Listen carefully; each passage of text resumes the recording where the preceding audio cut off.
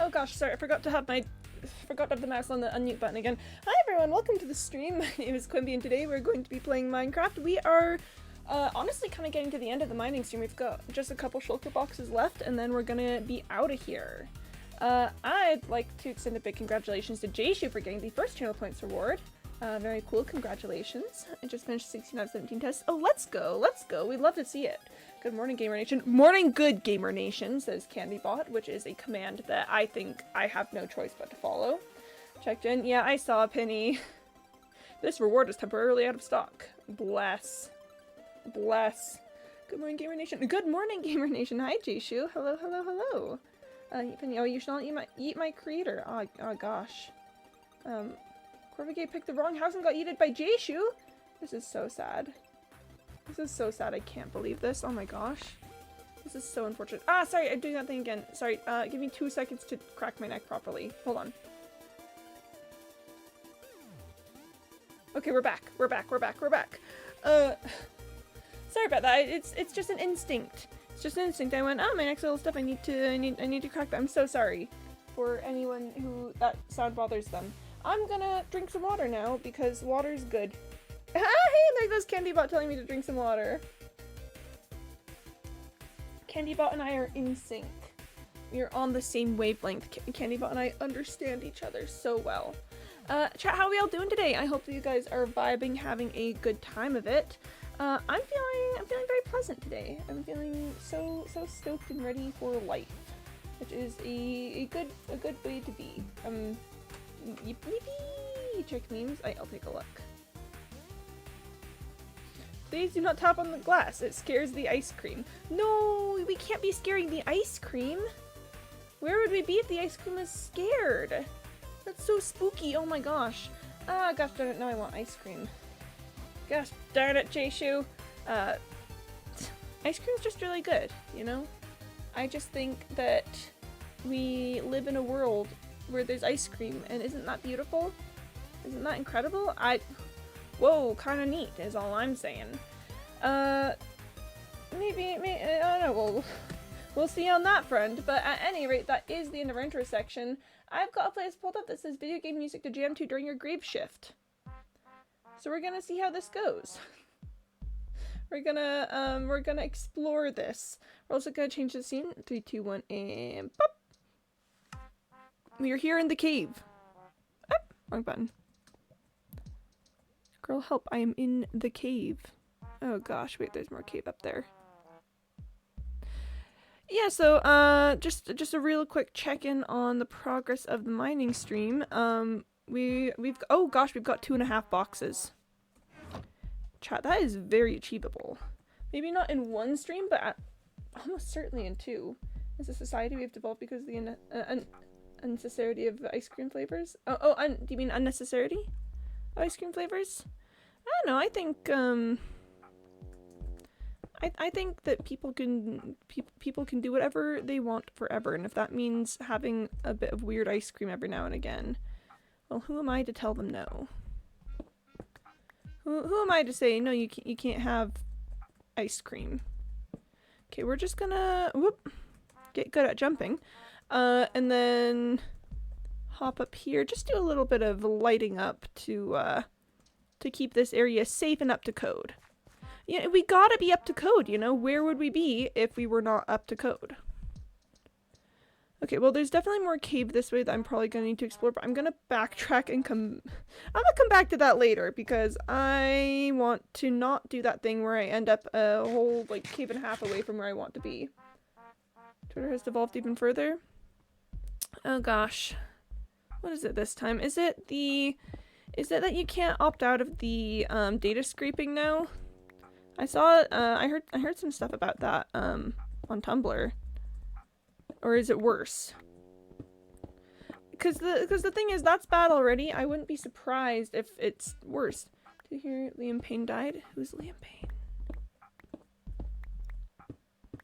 Is that the guy who played Qui-Gon Jinn in Star Wars? Maybe I should look this up before just blindly asking who people are. Because I don't know anyone ever. Can't escape Grok AI. Ugh. And Ellen got a little butthurt over people's replies to him. Oh gosh. He's such a baby man. He's such a little baby man. Like, what the heck? You just. Oh, okay. So you can't be professional even once in your sad, sorry little spoiled existence life. My goodness gracious. That man is a plague upon civilization. I swear to goodness gracious me. Oh gosh, okay, I'll take a look. Okay, is the guy from One Direction. From One Direction?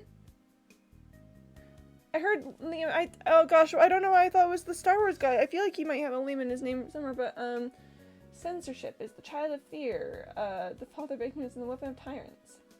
Gender. Doesn't it violate X's rules against hateful conduct? Yeah, Twitter is such a mess. Wait, Liam Payne from One Direction is dead. What? Ginger like his hate speech. Now, hasn't it been that way for a while? Guess the only direction he had was down those flights of stairs too soon. I never had any particular attachment to One Direction, so I'm doing all right. Which one was he? Was he the blonde one? No, he was not the blonde one. Unless? No. No, he was not the blonde one. That's a different guy. The blonde one is Niall? I'm hearing of it? Oh my gosh. Oh, he straight up fell from the 3rd floor of a hotel. Oh my god. Okay, so the stairs. The stairs thing. I was like, yeah, okay, stairs. Straight up fell from the 3rd floor of a hotel. Whoa. Oh, kinda crazy. My goodness gracious me. Well, I'm a Swiftie for One Direction. Jaysha, you gotta tell me what that means for the appropriateness of memeing on this guy's death. Because listen, I want to be sensitive, but also I have no real attachment to any of these guys, except I do actually. I kind of hate Harry Styles. You gotta tell me what the limit is here. What category of dark humor are we in on this one? Is this dark humor not allowed, not okay, or are we still like goofy in? Cause I can go in many directions. I want to let you guys know I'm very versatile. I can be so sensitive and kind and concerned about things, or we do a little memeing. We got options. I got range, you know? So obsessed with One Direction like Swifties are for Taylor. Okay, so you are obsessed with One Direction. Is this what manner of obsession be it? Be it an ironic, albeit I keep wanting to say aura, cause I don't know why I keep wanting to slip into German every time I try to speak in old-timey language. Like der oder die oder das oder der oder die oder das oder der oder die oder das. Check Jen. To never give your consent to Elon Musk. Okay. Update her terms of service policy. Oh, okay, we're doing some stuff with the is that the developer dashboard? Or okay. You're messing with some stuff, doing some things. Oh, and would you look at that? The consent has not been given. Wow. Incredible. I don't care if they disbanded a decade ago. I love them. Okay, so I respect it. I will say, 100% I respect it. Where does that leave us on the humor scale? Are we Are we silly goofying? Or are we being sad and respectful? Like, Jayce, you gotta give me some hints here. I'm fighting for my life out here. Because it's always difficult when like a public figure dies, because on one hand that's a whole entire person, and I feel like, you know, people are in general deserving of respect and you know, I don't know. Yeah, respect's really just kind of the word, respect in life and in death. But on the other hand, also, sometimes we get a little silly. Sometimes we get a bit funny with it. Dead serious? No, oh wait, oh, okay, so... Sorry, what I'm asking with the series or not is about Liam Payne dying. Are we... Is this something that we do some silly ha-has on? Or are we, oh no, he died. Oh no, this is so sad, he's dead. Because I'm trying to support you so hard here, Jayshu. I'm in tears. Okay, you're in tears. You're the one who joked about the stairs. That's why I'm asking! That's why,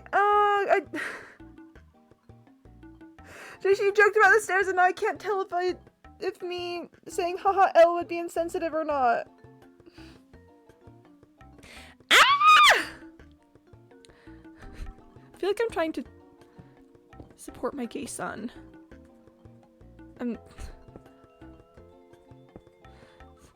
Son, please. Is the One Direction guy dying sad or not? On a scale of 1 to 10, a 7 silly. Okay. I can do 7 silly. Okay. 7 silly to me reads as like we do a couple goofs and gaffs, but in general we remain relatively respectful of the topic. Because to be honest, falling from a third story of a hotel as a manner of death is, I would argue, an objectively funny way to go. But we can be respectful about how sad it is that he's dead. Does that seem like a good setup? A good amount of respectability? That is a pretty embarrassing way to die in jail. It's kind of embarrassing. I would be really embarrassed if that's how I died. At least I had a creeper fall on my head, you know? At least someone had it out for me. But imagine falling from a hotel balcony. It's unfortunately it's unfortunately really funny to me. Oh gosh, Rickroll. Jayshu, thank you for the Rickroll. Very cool, very pog. Let me get that marked on the on the Rickroll counter. Very cool, very pog. Like, listen, far be it from me to make fun of anyone for being dead, considering that I am currently a ghost. But I feel like there's you know, there's some ways to go that are like, oh man, or even a bit silly goofy, and then there's ways that are just a little embarrassing. Oh, my mom's calling me. Hold on.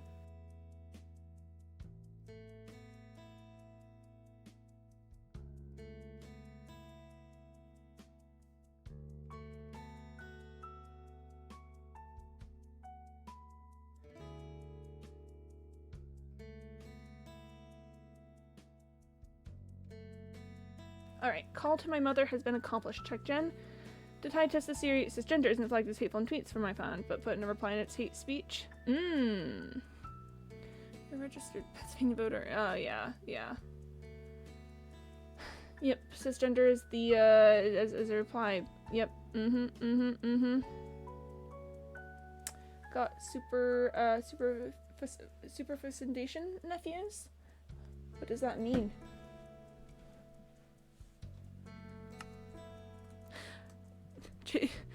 Jayshu, what does this mean?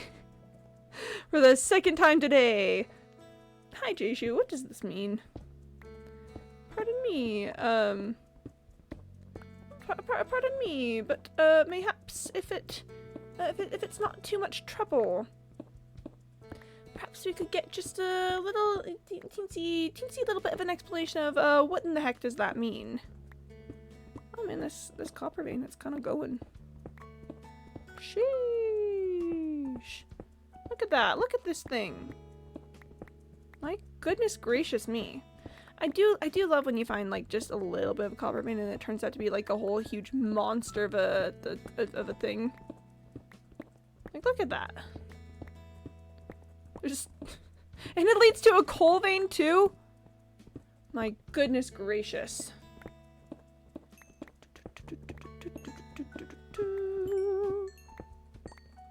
I think language is cool. I think language is so cool. But the unfortunate side effect of language is that sometimes you don't know what the language means. And then you go, ah heck oh gosh, oh man, oh heck oh gosh. Superfecundation twins are two children who aren't born from the same mother, but different mothers who are directly related and have a baby at the exact same time. Oh, sweet, good for them. Oh, like, kind of like me and my twin. Yeah, okay. Like, not exactly. Circumstances are a little different. But, that concept makes sense to me. 'Cause, yeah. Yep. I understand. I comprehend what's happening there.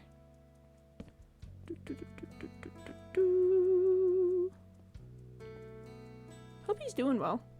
Hope he's popping off. Maybe I should check in.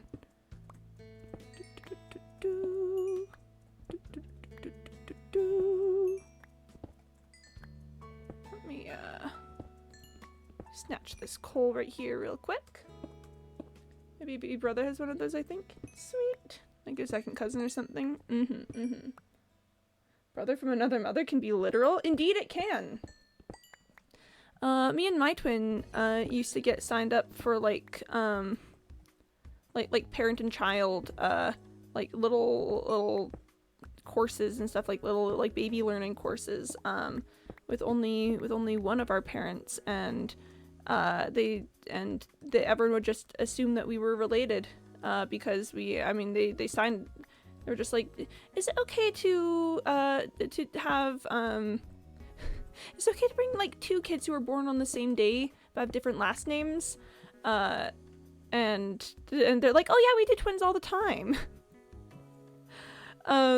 Because we lived in an area where stuff like that would just happen sometimes, and like maybe one kid takes one parent's last name or something or other, and they weren't gonna bat an eye, they weren't gonna ask questions, they were just like, oh yeah, we do twins. Twins is fine.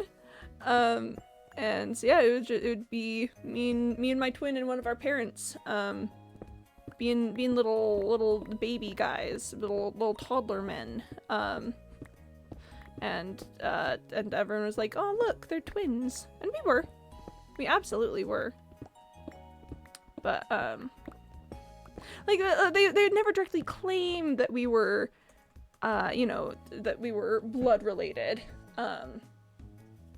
but yeah, no one ever said no.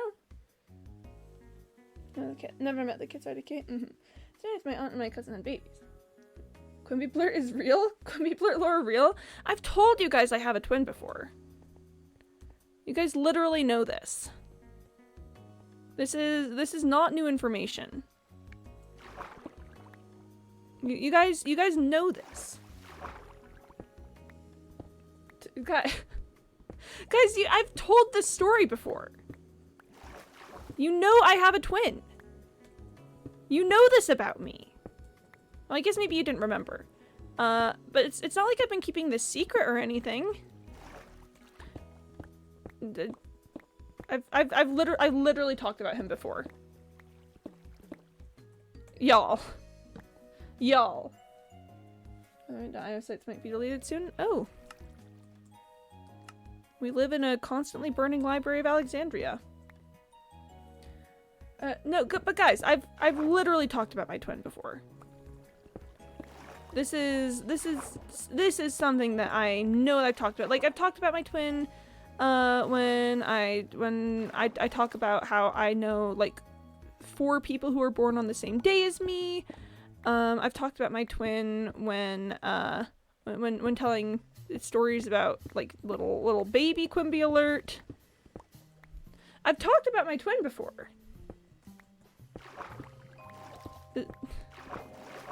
Maybe, I don't know, maybe you guys just didn't remember. Maybe you simply had no remembering of it. But that's not on me, because I have said these things to you guys before. It does not stand for input output. Oh, what does it stand for then? And I didn't think it stood for input output.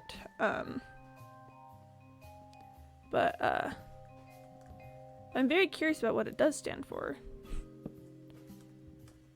I'm gonna be honest, I've never questioned it. People are just like, ah yeah, .io, and I went, understandable, have a great day. Never even questioned it. It stands for something? We live in a crazy world in which things stand for other things. Can you believe this? Chat, okay, I have a problem. I have a problem I need to express really quickly. I have not watched Parkour Civilization. And I'm thinking about whether I'm gonna or not. I'm not quite sure yet. Cause I don't know. I think it could do things to me. So I've not watched Parkour Civilization, but but the memes about going for the chicken or the beef have started invading my brain. So right there, when I made that jump, my honest to goodness internal monologue was like, ah, yeah, I could definitely go for the beef. Chat. They literally have talked about this before. I knew this. Yeah, it's because of the Congo getting released from the British Empire or something. Congo, I don't remember details. Exciting news though. All 2 large domains are country domains. Oh, yo. So like .tv stands for Tuvalu. Really? The I was for the British Indian Ocean Territory, United Kingdom, which is kind of disappearing. Hang on. Hang on, what? First of all, very exciting that the Congo is being released from the British Empire. Absolutely thrilled about that. Okay, but chat, look, this is literally the jump for the beef. This right here. I could go for the chicken, or I guess technically is it right here that would be the jump for the beef? Like 1 block over? Chat, I could literally jump for the beef. We don't have to go for the chicken. We can go for the beef. Is all I'm saying. I've not seen Parkour Civilization, and yet that has invaded my mind every time I've been making a jump today. Every single gosh darn time I've been making a jump today, the chicken and the beef has been on my mind. I live in hell. Who's gonna know more details than me? I'm just recalling my brother mentioning something. Yeah. No, so yeah, first of all, Pog Congo getting released from the British Empire. I don't think the British Empire is technically still around, is it? It would be the Commonwealth at this point, wouldn't it? So Pog, fantastic. Do you not know .tv was Tuvalu? I didn't. I thought it was funny because Twitch is a little bit like television. I thought it was just silly goofy. I thought we were silly goofy and out here about how Twitch isn't actually TV. This is really embarrassing. This is really embarrassing. I thought it was just Twitch.tv because it was about consuming broadcasted media. I'm gonna drink some water. Check Jen, yeah, alright. Yeah, alright. Used as an abbreviation of television, the domain currently operated by .tv, a VeriSign company. The Tuvalu government owns 20% of the company.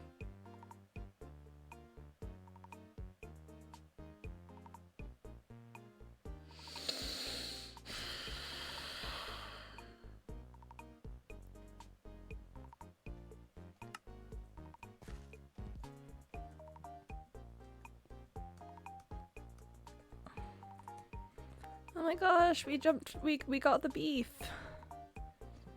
Oh my gosh. Can you believe this? We make the jump for the beef. Oh my gosh, that's crazy. Oh my gosh. We're not chicken jumpers here. We go for the beef. .su Soviet Union still exists. That's kind of neat, actually. Listen, I'm not gonna claim that I'm the biggest Soviet Union enjoyer ever. I feel like there's generally some issues there, but you gotta admit that at the very least aesthetically they were very based. We live in a society. So anyway, I love learning new things. I love learning new things, such as that Twitch.tv is apparently called this because of is it Tuvalu or Tuvalu? I could see it going either way. I could see both pronunciations being a thing. So I simply do not know which one it is in reality. Kind of funky, kind of wild then. .us does in fact exist. Y'all just told us with universal.com for yourselves. I mean, that sounds like US America. NGL. That straight up, honest to goodness sounds about right. Not surprised on that one, actually. I love learning new things, but that one I am simply unsurprised by. That one just tracks. You know? Like, I've known about country domains because of Dict.de, which is the best online German dictionary that I know of. Whenever we need to find a word, we'd be like, oh, let's look it up on Dict.de. Which Dict.de, that's it. Which, you know, has the DE as the Deutschland signifier. So it's like I knew that country domains existed. I did not know that all 2-letter names are country, or all 2-letter domains are country domains, and I certainly did not know that .tv is Tuvalu. I love obtaining new knowledge. Legitimately, I'm very glad that I have this information now.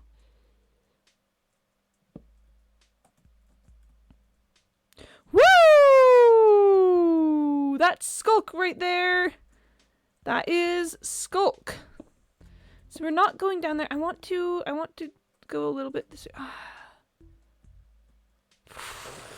Okay.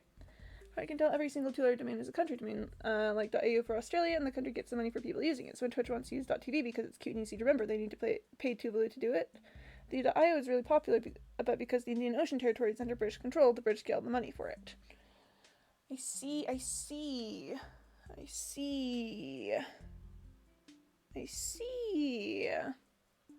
No, so thrilled for them, getting out, honestly. Like, straight up, fantastic news. I'm so thrilled to hear that. My world's just been turned on its head by the knowledge of, by some of the knowledge that we've learned today. And sorry, that little, I think that sound came from the music playing. It did spook me. I did just get spooked. Got startled.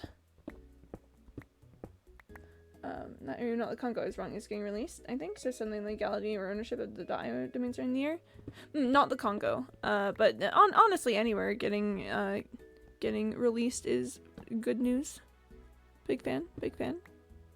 Love the decolonization.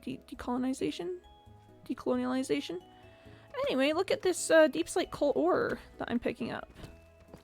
That's kind of neat. This is actually genuinely a lot of deep slate coal ore. My god.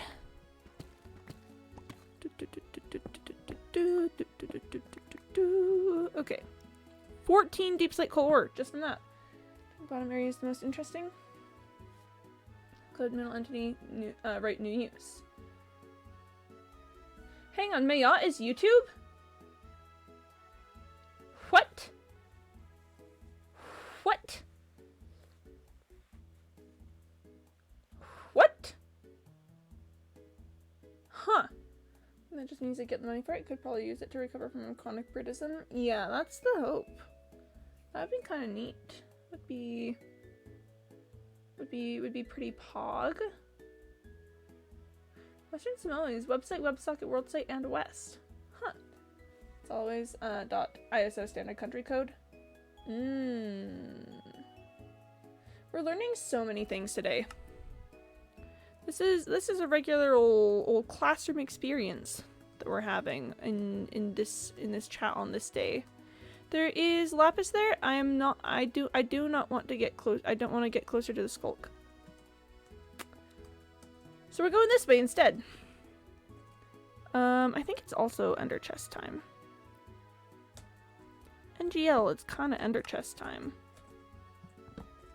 So let's just really quick handle this. And would you look at that? Wow, we are doing good.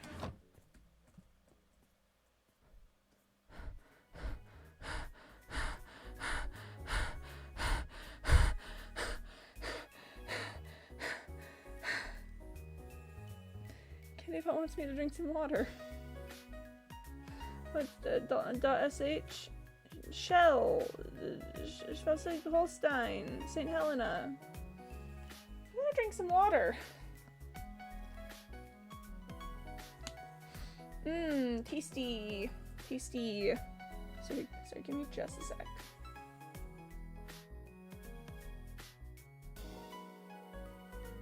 We're doing great. The entity is St. Helena, but most people use it for shell scripts.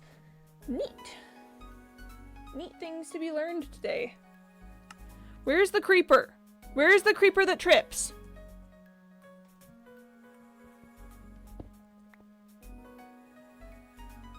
Where's...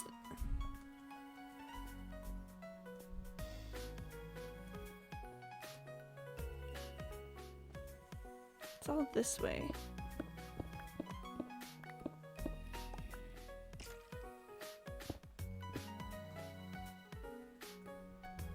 Hold on.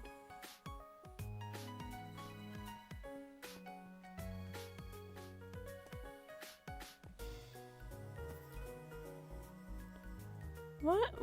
Why is the creeper hurting?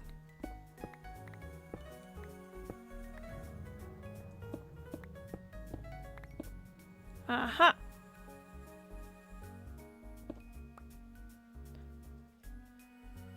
This feels like it's probably sketch considering all of the skulk that we saw down there. And this feels like it's closer to that. Oh! There's Scallop Tim.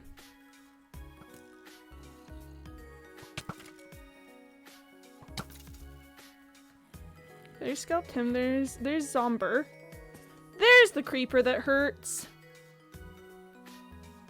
I knew it had to be somewhere. I knew it had to be somewhere. Whew, okay. Yeah, Zomber we can handle fine. It's Creeper that I wanted out of the way. Creeper? I barely know her. Ah, ha, ha, ha. Ah, ha, ha, ha, ha. I want to be really careful with this. I want to be real careful with this. I feel like we are in dangerous territory. So, because there's Skulk down below. There's a deep dark somewhere below us. And who knows where there's gonna suddenly just be a pit that opens up in the ground and drops me right into the, smack dab into the middle of an ancient city. So we're going to be careful. We're going to be very careful. I mean, listen, I don't think it'd be the worst thing in the world to fall into Ancient City, because I think you could still get out as long as you're careful about sneaking and not walking over, like sensors or shriekers or anything. Because I think even falling down would only trigger one, only one of the warden, countdowns. But I guess I don't know for certain, so I probably shouldn't bank on that. We'll just be careful. That's the simple fact of the matter, is that we're gonna be careful about this. We're gonna take it nice and easy. We're gonna be so chilled out. It is not gonna be a problem because we are going to deal with it. We're not gonna stay silly on this one. We're gonna stay safe. Normally we stay silly, and that's very important to me. Today, we stay safe. So, sorry, I hate when there's skulk.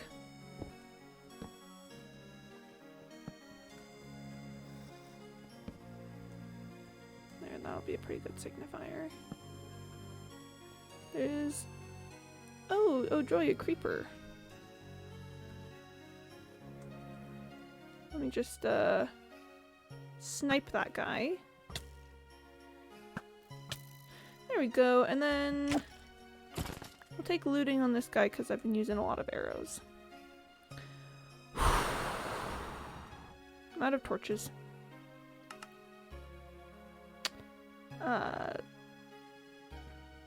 And, yep.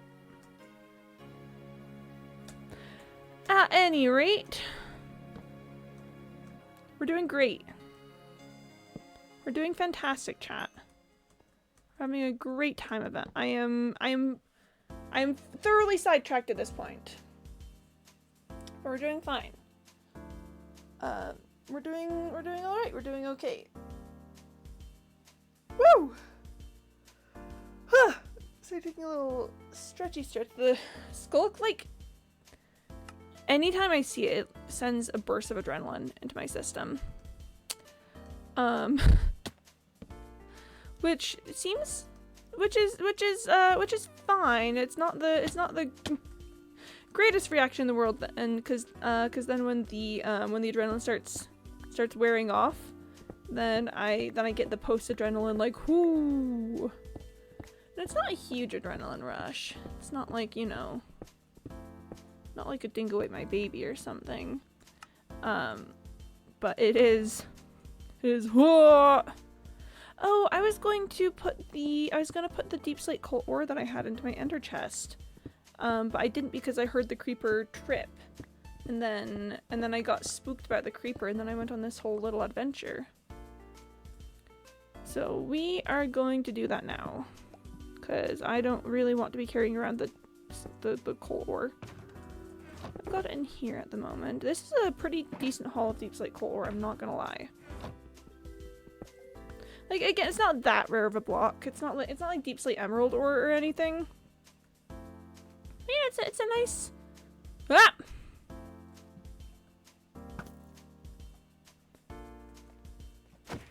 It's a nice, decently rare block that I just like to collect. I love to have a little collection of something. May as well be that.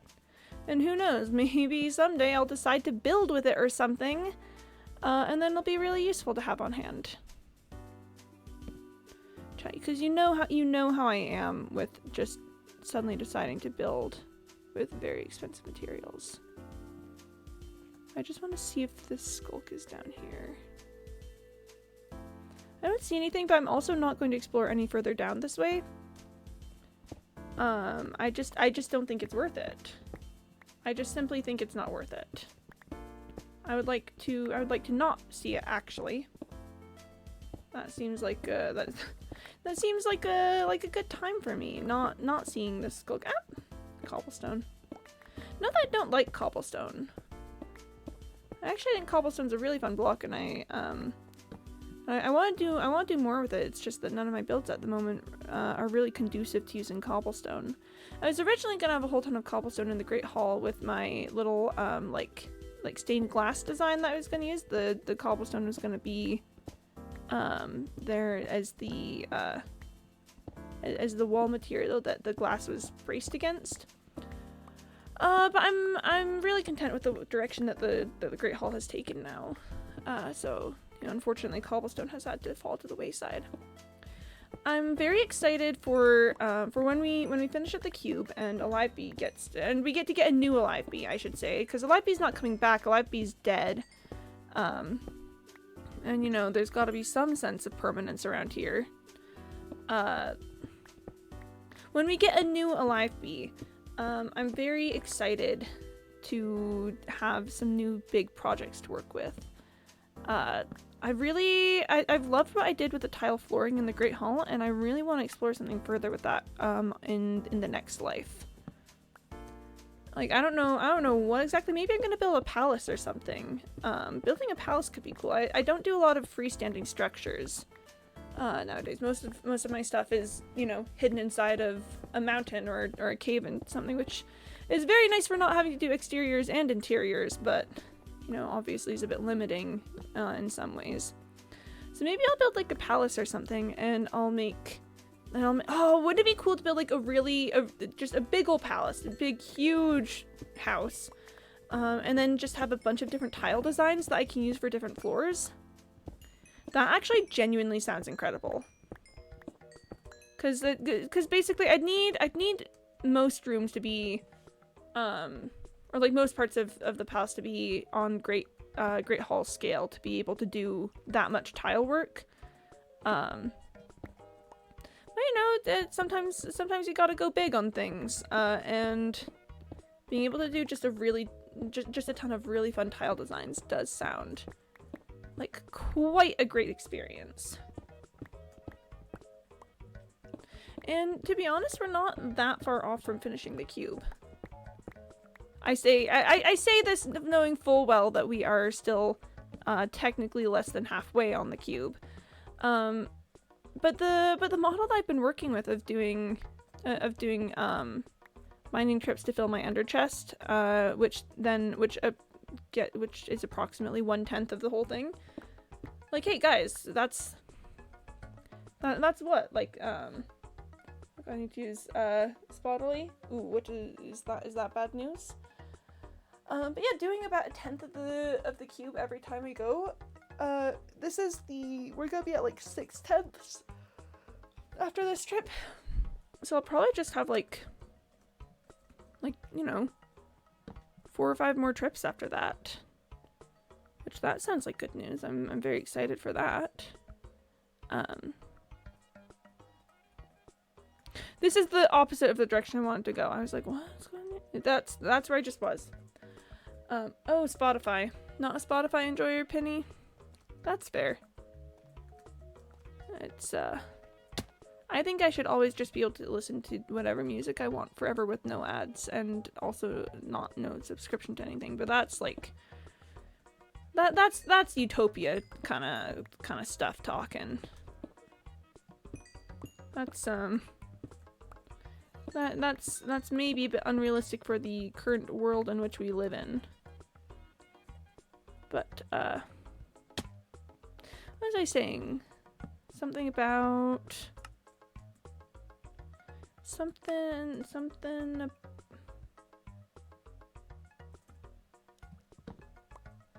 tiling. Yeah, no, I'd love to do tiling work. Just big ol' house, you know, the big large scale kind of thing. And then just a bunch of fun tile patterns. Obviously then I'd have to get good at interiors that are at like decorated interiors. And also I'd have to get good at building large scale big houses, which I am not the greatest at. But that's why we choose that's why we take on challenges to improve our skills. Building large scale houses with interiors is it's nice. some open source dev has made that. Oh, what we got here? YouTube Music desktop app bundled with custom plugins and a built-in ad blocker downloader. Oh, we love to see it. Pulls from YouTube Music's library and shows it without ads. Oh, we love to see it. Thank you, open source people. Open source people, beast. Big fan. I just think it's genuinely concerning the amount of advertising that we're subjected to, you know? Like, you'll know that Netflix has started showing ads on its, on like lower subscription levels. And I just think, what? You know? Like,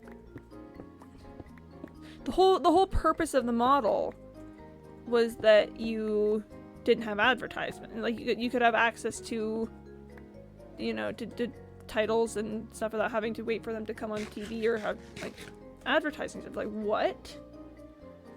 And it just, and like, I don't know, I was on an airplane the other day, and there was like a 5-minute ad read for the airline's credit card in the middle of it. And they're just reading it over the intercom, so you can't, like, so you can tune it out the best you can, but, like, you know, it's really hard to ignore. I just think that advertising is so out of control. It's insane. And I really think that we genuinely need to do something about it. Jackson, yeah, I have a U-Block Orchard. Google kills Manifest V2. Oh, bless. Mewen, I hate everything. Me when it's tricky out there. But no, I just think, yeah, like the amount of advertising that we're expected to live through is just simply unreasonable. And I think that for a responsible society, we have to do something about it. Like, have I told you guys about my hatred for the Las Vegas dome? The big giant ball they got in Las Vegas? 'Cause let me tell you what, I hate that thing with a burning fiery passion. Where did I come from? Oh, I came from here, that's right.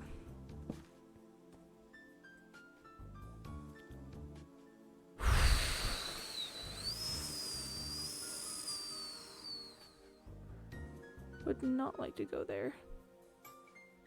My finger's glued to the shift key. But I might want to go over there is the problem. Or even over there. But is it worth it? I don't know, first things first. But the Las Vegas, like, we are not going after that copper. That is simply lost to us. So sorry if that copper wanted to come with me. It has been lost to the ages.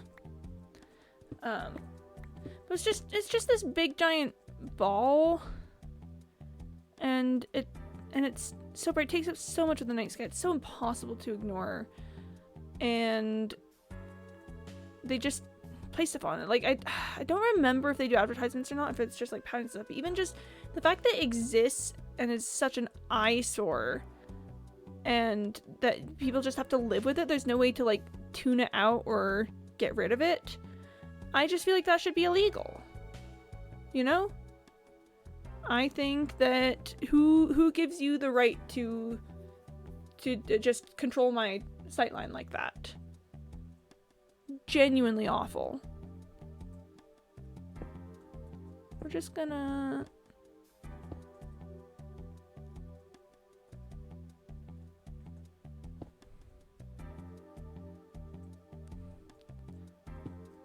Okay, we are gonna go check out over here.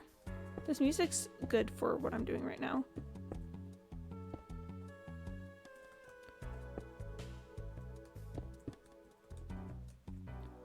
Okay. Let's start lighting some things up. See, I knew it would be good for copper up here. This is a really good height for copper spawns. We're definitely, again, like another twist and a half away from wherever we were before, which might make my life harder later. But hey, what you gonna do? Okay. That skeleton has armor and an enchanted bow. How fortuitous.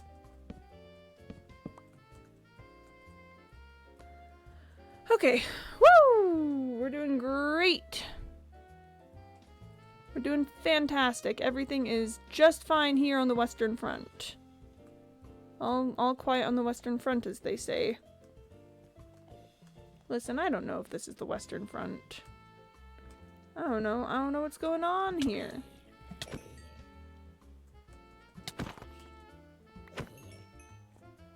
I don't know what the deal is out here in this spot.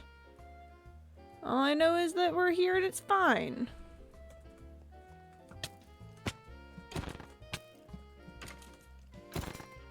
There we go. Glow squid. Okay. We went. Oh, the water drip scared me. I got spooked. I don't like that. Are we in actual like ancient city territory, or is this just deep dark?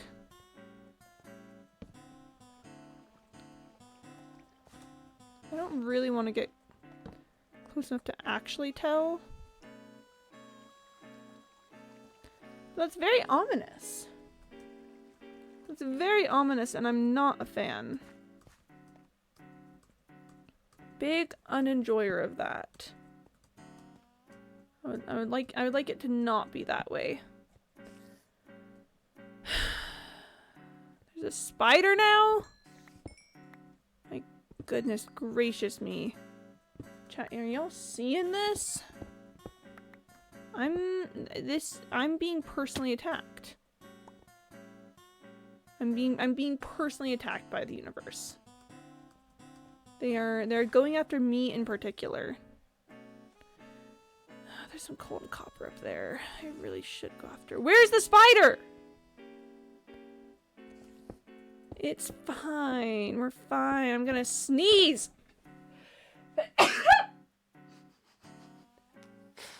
Oh, chat, it's really all just happening to me right now. It's really, oh boy. And we're at an inefficient level of copper collection at the moment. I haven't pulled out my ender chest in like a hot second. We'll drink some water, and then it's time to lock in. It's time to stop complaining about the skulk and lock in to get that copper. Chat, we're gonna lock in. Chat, are you ready to lock in with me? Are you ready for locking in time? Cause I think it's time to lock in. We're gonna get so good. I don't know where that spider is, but it's not of any concern to me right now. I'm just here to I'm just here to be so locked in. To get rid of the unwanted things from my inventory and lock in. Oh hey, does this lead to cave over there? Yeah, I'm definitely gonna need to I'm 3,000,000% gonna need to come back to this cave area on my next mining trip, because the amount of branch tunnels I've taken is insane. We've been branching all day, every day.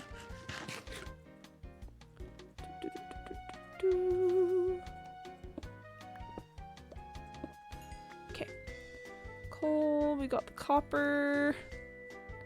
We figure out whatever the heck that was. I'll dig down a little bit, but I had too much stone in my inventory anyway. Oh gosh, there's a branch tunnel. We're locking in. Branch tunnel, awesome. More opportunities for copper.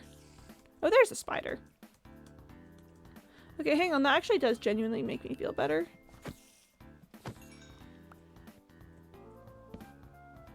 Scallop Tim. Ooh, 3 Scallop Tims.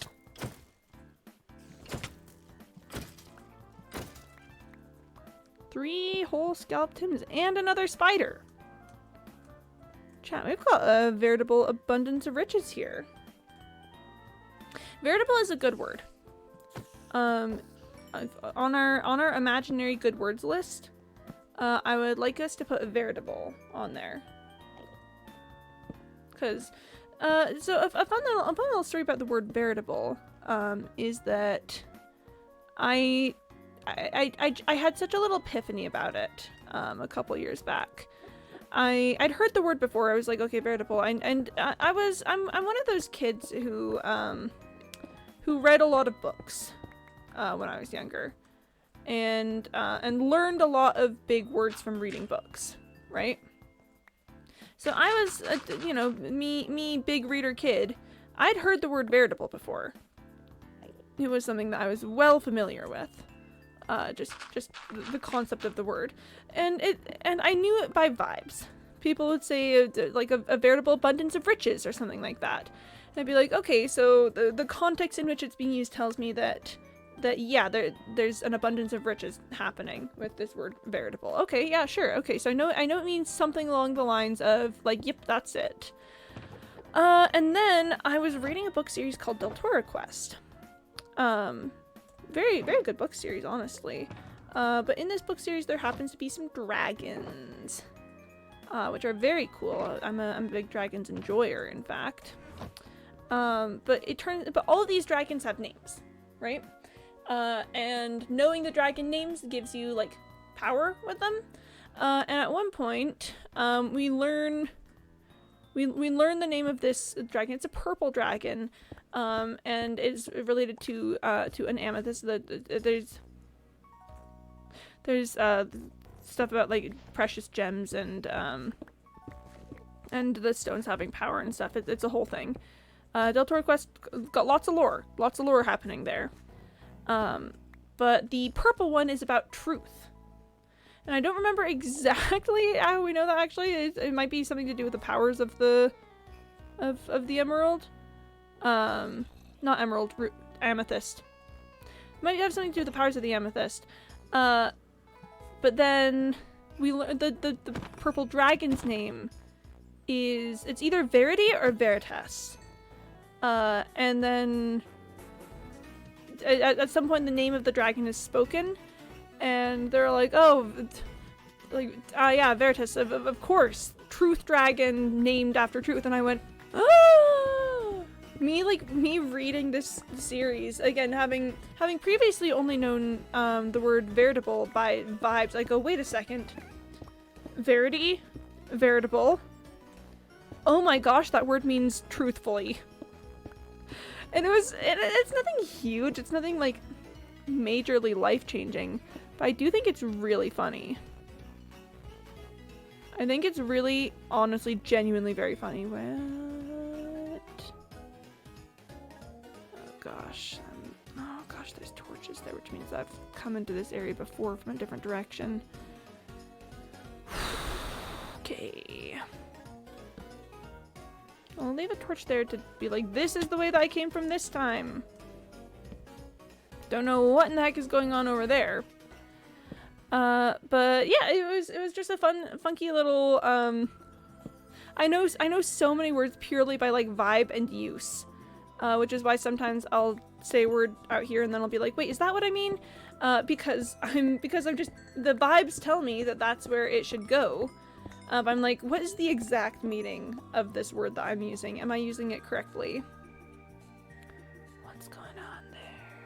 Anyway, but in that one single time, the book actually spelled out to me what the word meant. And then I had that knowledge, and now I know that veritably means truthfully. So a veritable abundance of riches is truthfully an abundance of riches. Veritably, like, it's truthful. It can be proven as an abundance of riches because it is. Yes. Sorry, I love linguistics. I think that words are so cool, and I think I've told you guys before my hot take about the English language just being actually so cool because of how many words it's got to mean very specific little things. I think that's neat. I think we all make fun of English, and for why? It's not English's fault that's a bastard language. It's got its own virtues and merits. And virtue, see, sorry, it's not exactly related to the veritable exactly, but in my mind there's a connection. So let me just.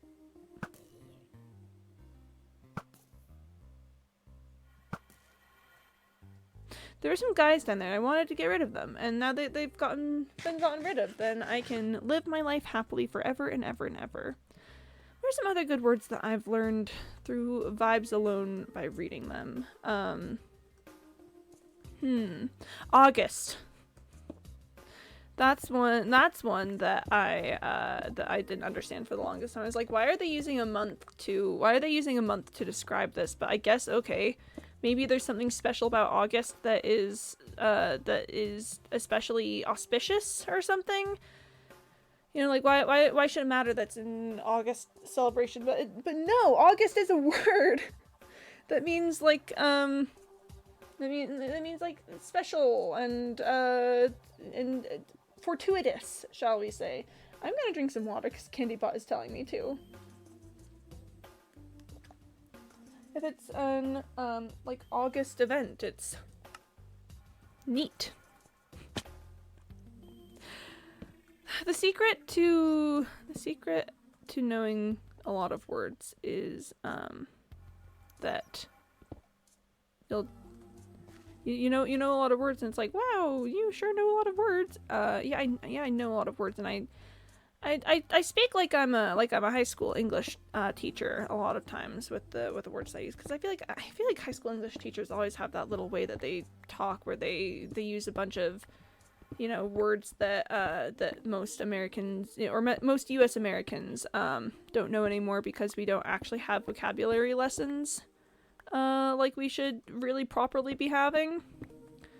I have thoughts about the removal of lot of vocabulary lessons from school curriculums. But anyway, yeah, but English teachers know a lot of those words because they usually studied the English language to like get their degree or whatever. Which then I feel like just leads to them having a very particular way of talking. A particular way of talking that I too sometimes have. It's and then chat is like, haha, L, English teacher, and I go now. But it's neat. I just think English has so many cool words, and I would like to use them, please and thank you very much. What's the point of having cool words if we don't use them? Literally, what's the point of having cool words if we don't use them? But, no, oh gosh, because, and okay, and it's not just vocabulary too, it's also like, it's also like the origins of words, like, and root words, and studying, like, what prefixes and suffixes came from where and whatnot.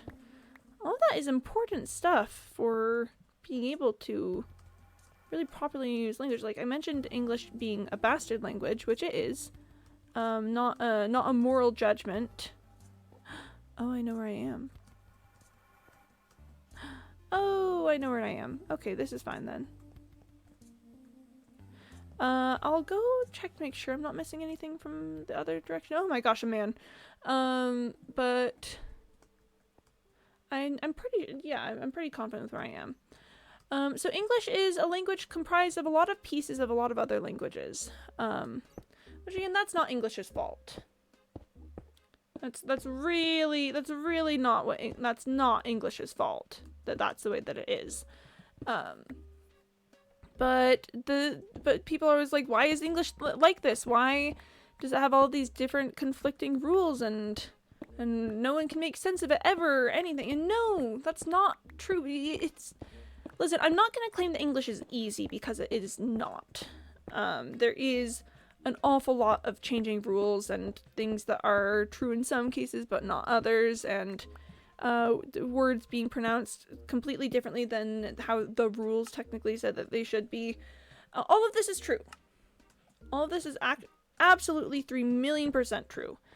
But the secret is that if you know where those words come from and why different rules are used in different circumstances, then it's a lot easier to puzzle out and understand and remember properly.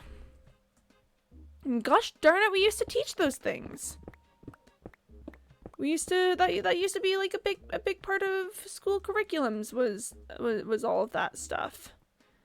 And now we just go, I don't know, it's English is just kind of weird sometimes. And it is, but it's not. It's not weird without reason and without cause. And if we don't teach where all the stuff comes from, then how are we supposed to understand it? And so this is another Reagan issue. This is another thing that Reagan did. It was billed as being like, decreasing the bar of education for like poor, underfunded inner city schools type beat. But I mean, really all it kind of did was got a very important part of education, and I'm mad about it. I'm really mad. There's a post on Tumblr that talks about how like if you're in public school from a certain period, then you have a knowledge and understanding of language that allows you to essentially code switch into professional and what's me immediately blanking on my words, that lets you switch into professional and like richer sounding language whenever you want, basically, because you've studied the words that are the component parts of it.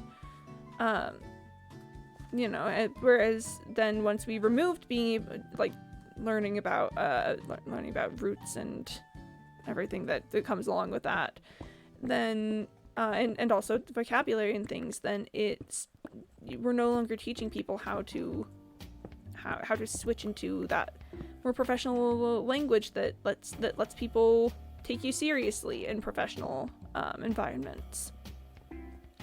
And again, this is largely something that affects like poorer students and students with less socioeconomic status, because students of higher socioeconomic status will probably be able to learn these things from their parents.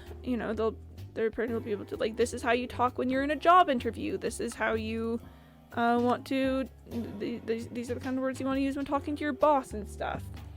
But then it just becomes yet another barrier for increasing socioeconomic status, because you don't sound right, and that's something. It's all that's bad. You could be perfectly competent to be able to do something, but if you don't sound right, you might not get taken seriously for it. And that's just a kind of a humanity thing again, where humans like patterns. We love patterns, and we've got patterns in our brain that say the way that this person talks sounds like they know what they're doing and sounds like they're a professional. The way this person speaks makes me kind of suspicious of the qualifications, because they don't sound like I expect, like a doctor or a lawyer or any other number of white collar jobs to sound. And that's not. A lot of it is very unintentional. I'm not intentionally trying to be like, yes, I'm going to, diminish someone's capabilities just based off of the way that they sound. It's a lot of it is just pattern seeking. Humans love patterns, but by not teaching these things, then that removes a valuable tool from the wheelhouses of a lot of people. And I'm upset about it. In sociology, particularly in social psychology, which is sort of the where sociology and psychology meet, we talk a lot about stereotypes and oh gosh, wait, why am I blanking on the other term? It's oh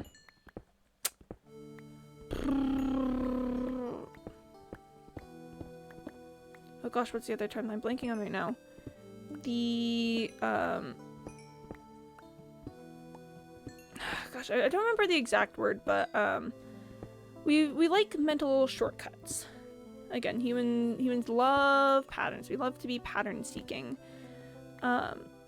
And there's a certain word I can't remember for a mental shortcut as far as it comes to like making snap judgments about people. Oh gosh, I wish I could remember this. It's in one of my textbooks somewhere, but I don't want to dig out my textbooks right now. And so basically, when we encounter people or arguments or something, if our brain feels like it's something that we've seen before, we might have an automatic built-in response to this because it takes less energy and like mental computing power to formulate to fall back on a response that you already know than to create a new response. And stereotypes often are a negative example of this, where the stereotype is like tells your brain, yes, there's this group of people, and you know, and therefore all people of this group have these traits or characteristics. You know, not a good thing. We don't love that because that often tends to be generally untrue. But the tricky thing is that it's a useful instinct to have in a lot of cases, for instance, for like customer service work, in which there will often be thin slicing. It's something else. There's maybe I should pull out my textbooks. But it can be useful instinct to have for like customer service, where there will often be like dialogue trees where a customer will come to you with like a specific problem, and if you already know the answer to it, then having that answer on hand means that you don't have to figure out something new. Hold on, let me see if I can figure out what this word is.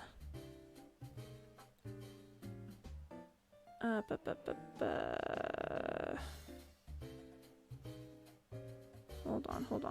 Let me, my social psych class. When did I take it? It was this spring. Give me just a sec on this. Is this what I'm looking for? No, that was my Deviance class. Was it this one? Hold on.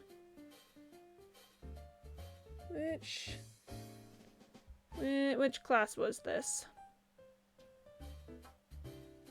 Yeah, okay, social psych. Okay, I'm checking my syllabus to see if I can remember what when we studied this. Syllabus, very useful. I love to look back at my old syllabuses whenever I need to find something.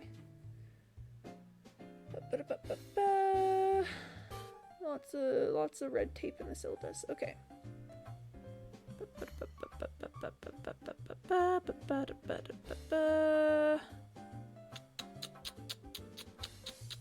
Okay, where was the textbook for this class? I think it was mostly online. Let's see. Hold on, I might see if the internet knows this because it's deep in my class if it is.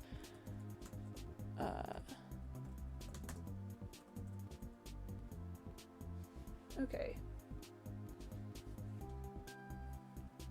Let's see. Prejudice, stereotyping.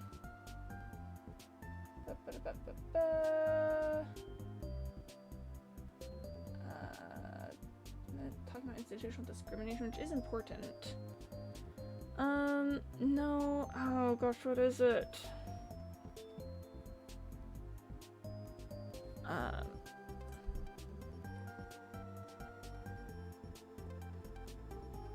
Let's see. Stereotyping, no. I want to social categorization, not quite. No, I don't want to just be about stereotyping. I want the wider understanding of it all. What is it called? When we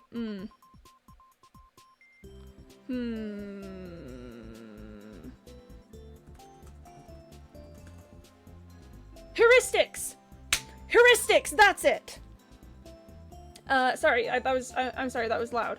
Heuristics are mental shortcuts that can facilitate problem solving and probability judgments. These strategies are generalizations or rules of thumb that reduce cognitive load. They can be effective for making immediate judgments, however they often result in irrational or inaccurate conclusions. Heuristics, that's it. Here, I'll type it in chat so you guys can see how it's spelled. Heuristics. That's what I'm talking about. That's what I'm talking about there. Oh, we love to see it. Oh, we love to see it. Yeah. It's, so I'm looking at heuristics. The representativeness heuristic allows people to judge the likelihood that an object belongs in a general category or a class based on how similar the object is to members of that category. Yes. Yes. Yeah, the accuracy effect trade-off theory states that humans and animals use heuristics because processing every piece of information that comes into the brain takes time and effort. With heuristics, the brain can make faster, more efficient decisions, albeit at the cost of accuracy. Yeah. Yeah. So I'm so thrilled to have found this. So people, so stereotypes are a form of heuristic, a little mental shortcut that people have made to help make decision making easier. But again, as we've talked about here, they're often based on they're often based on negative things or are used in negative ways. So yeah, heuristics are not all. Heuristics in general, like the concept of the mental shortcut, not bad. Humans love pattern finding and following little set mental routes to deal with things. But it's if we're not careful with it, that can lead to big ol' problems. I don't even remember what we were talking about with stereotypes and heuristics. I'm just so thrilled to have remembered that word. It's a good word, Your Honor. I'm a big fan of I'm a big fan of it. I feel like the word it very succinctly describes a significant phenomenon that I think we see in a lot of things.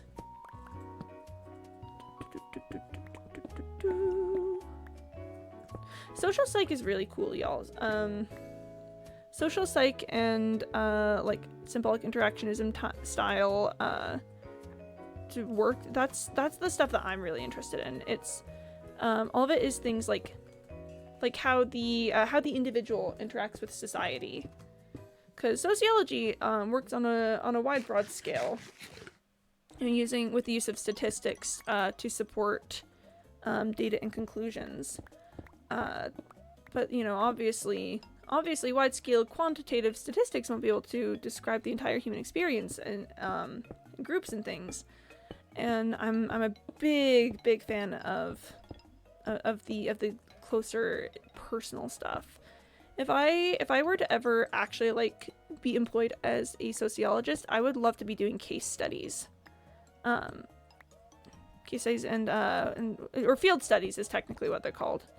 Which is where you go out and interact with the community to learn about it. I would love to do that kind of stuff. But also then I would have to write papers about it and do research. And listen, I can do research all right. I just hate doing literature reviews. Which is unfortunate because the #1 first step to all research is literature review, to make sure that you're not, you know, treading ground that has already been trod in any significant way. So yeah, I think doing research would be so cool if I didn't have to do literature reviews first. But, you know, whatever. And to be honest, I do think that the likelihood of me going to master's program that you know bounces off of the sociology degree instead of going into like sociology for my master's is it's looking pretty high. Love sociology, but I don't think being employed as a sociologist would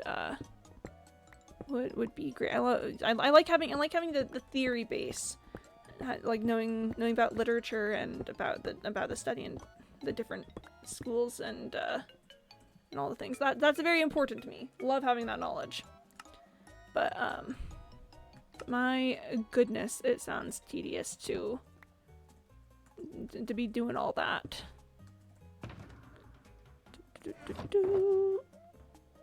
Oh, box filled.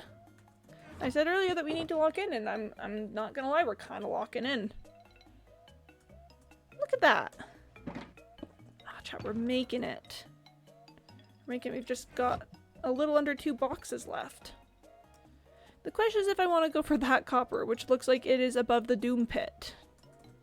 I don't know if I want to go in the Doom Pit, or above the Doom Pit, technically. I really don't want to go in the Doom Pit. Going in the Doom Pit sounds like a recipe for disaster. Which then, you know, might be a good argument for not going above the Doom Pit. Because the Doom Pit, looks so spooky. Maybe we do not go in the Doom Pit. What's this over here? Just a little spot. I do want to go right there, however. Or up here? What's up here? Look at here, look at here, look at here!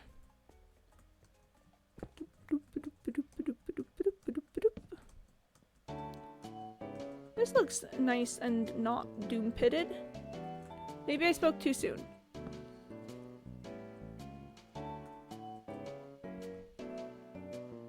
I don't see the Doom Pit down there. But I probably don't want to go much lower than this. So give me just a sec.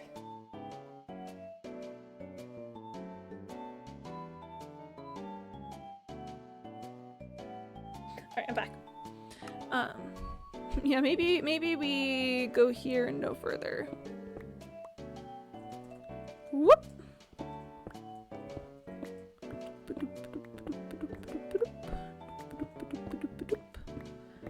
But I know I've been saying this for a while. I'm definitely gonna have to come back to this cave because I'm like, I've lost count of how many side tunnel twists I'm in at this point. And we're nowhere near back towards the beginning of the cave, or of the cave system, and to be honest, there's probably even further to explore the cave system out through. So yeah, it's this is definitely gonna have to be a repeat visit, cause. You know, the one and almost 2 shulker boxes is not that much space, actually, when it comes to copper nowadays. And I'm thinking, okay, so I've been thinking for future copper collecting endeavors that I might want to clear out some more of the I might want to clear a couple more of the trial chambers that I found, cause I don't know that I would necessarily call it that much faster than doing this, because you know we make pretty good time on mining when we're really locked in, but but also, you know, I don't have to smelt the stuff coming from trial chambers. And it feels like a bit of a waste, honestly. Or it feels like it would be a waste to not be picking up the stuff from the trial chambers. Because it's right there and it's available. I would have to scrape all of it as per the rules established by the conventions we had when we cleared out the first one. And it does require an awful lot of slaying mobs and stuff, which is, you know, always kind of a lot of work. But I just think if there's already copper out there, you know, if the world has copper in it, it does kind of make sense to not. Hold on, sorry, give me a sec.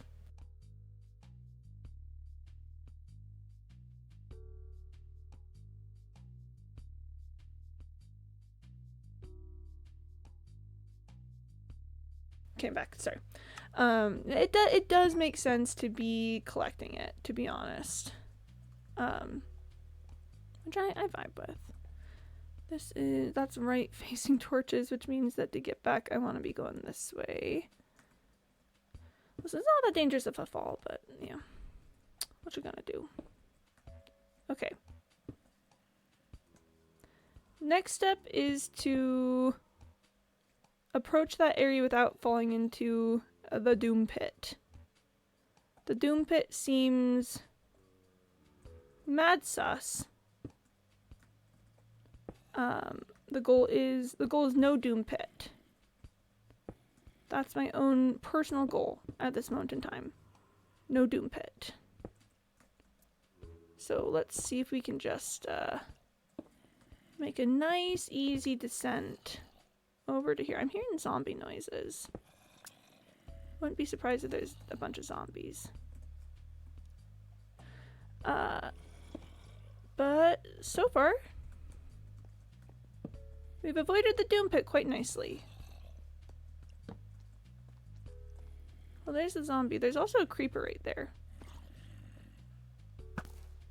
There's no longer a creeper there, which is good news for me. I didn't want there to be a creeper there anyway. Oh gosh. Exact perfect way that you can't get through there. Come here, you little punk.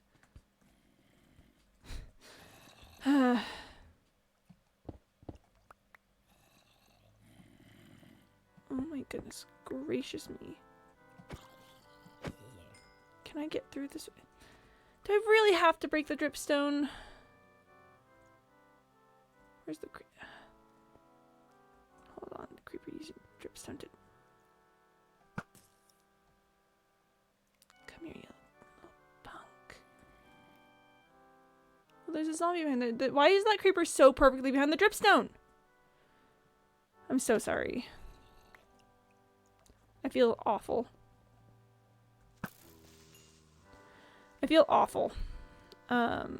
Here, I'll replant it somewhere nice. Boom. Okay. I just don't like to break the dripstone. I'm so cave-pilled. I love caves so much. I just think that the natural world is so beautiful, and that I have forgive me, Minecraft, for I have sinned. All right. Okay. Death pit. We are not going in the death pit. The death pit is not where we go. Oh, it's music change time. Let's see what else we got. We can do the chores playlist again. Okay. We'll have a little bit of midstream energy. Okay, death pit successfully avoided for now. I'm not foolish enough to think that the death pit isn't waiting for me along every pathway that I take.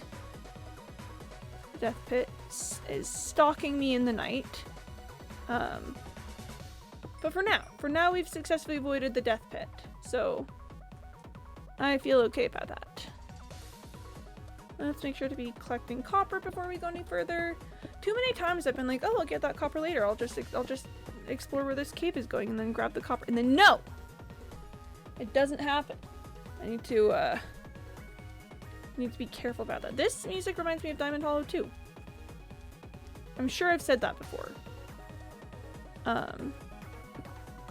If you've never heard of or played Diamond Hollow 2, it's a delightful little flash game in which you find yourself trapped in this cave underground, and you find a sentient gun named Sega who wants to help you get out and escape the professor who trapped you down here and made the guns and also made the monsters that are in the cave. And you have to go around and you have to try and fight your way out of there. Again, delightful little flash game. Got basically entirely nuked when Flash was removed, which I'm still so upset at Adobe for. I do not think I will ever forgive Adobe for just dropping Adobe Flash like that. But it's fun. It's a fun game. You go around and you fight the guys and you upgrade your gun, and it ends on a cliffhanger, and there's no Diamond Hollow 3. So that part's a bit sus. That part's admittedly a bit sus. I guess spoilers for Diamond Hollow 2, but probably not that big a deal. But the gun Sega gets taken back by the professor, and you get sent to the surface. Sega like manages to trigger something that makes the elevator to the surface activate with you on it.